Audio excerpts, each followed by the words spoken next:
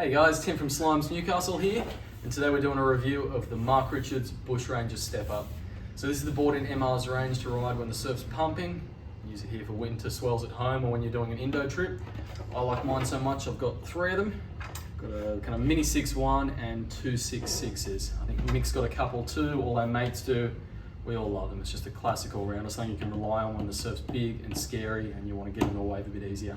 So, in terms of volume and sizing for what you want to do with one of these, there's no real right or wrong. Basically, the bigger you go, the usual thing is going to be less maneuverable, going to paddle better, and then the flip side of smaller boards, you're not going to get into waves as easily, but it's going to be a bit sharper. So I think it's a good rule of thumb, if it's just up for sort of 6-foot waves, you can just add a couple of litres to your normal board, have that paddle power, and it's still going to be pretty responsive. If you want it for 8-10 foot waves, then you should be jumping up 8, 10, 15 litres and really have that paddle power.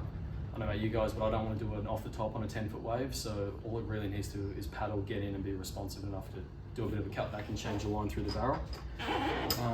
So I've got 2 6.6s. My newest one has got the quad option. I have no idea why I didn't put quads in the first one, because I love it with the quads in there. I think it's faster, it's drivier, it's easier to turn all at once. So looking at the back end of the board, it's very pinny in the tail. You've got the 5-fin option there, so you can ride it as a quad or as a thruster. Very hard to tell on the video, but it is thin and tuned up through that tail. So even if you're riding it up a lot of volume to what you normally would, you get back and over the fins there, and it is really surprisingly lively. Kind of the opposite is the other end, where there's a lot of meat through the front of it. So especially like I'm used to riding kind of generally a bit thinner, narrower boards, there's so much paddle power in that, especially if you're jumping up your leaders to what you'd normally ride.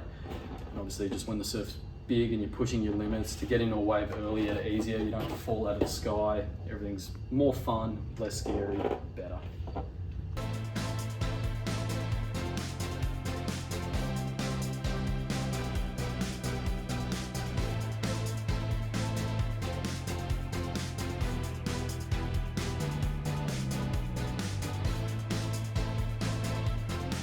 Alright, I'm back with my new favourite fins in this board.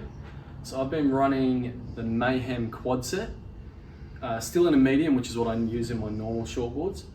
And like I said before, I'm just loving them. Your general rule of thumb is when you go to a penny tail board is you either, if it's really gunny and really narrow, you drop down a full fin size, or it's not a bad idea to go to a bit more of an upright, pivoty fin, basically than you'd normally use in your shortboard. Basically what that does is it offsets a bigger, clunkier, not as pivoty board, and makes it just feel a bit more lively, which is nice, especially in the bigger waves. You can feel get a bit more response when you need it.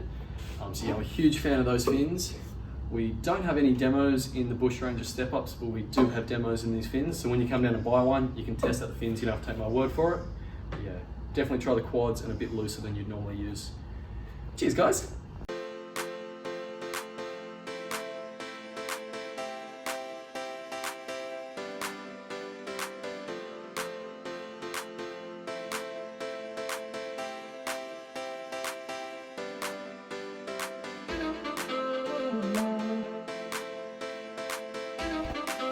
Mm-hmm.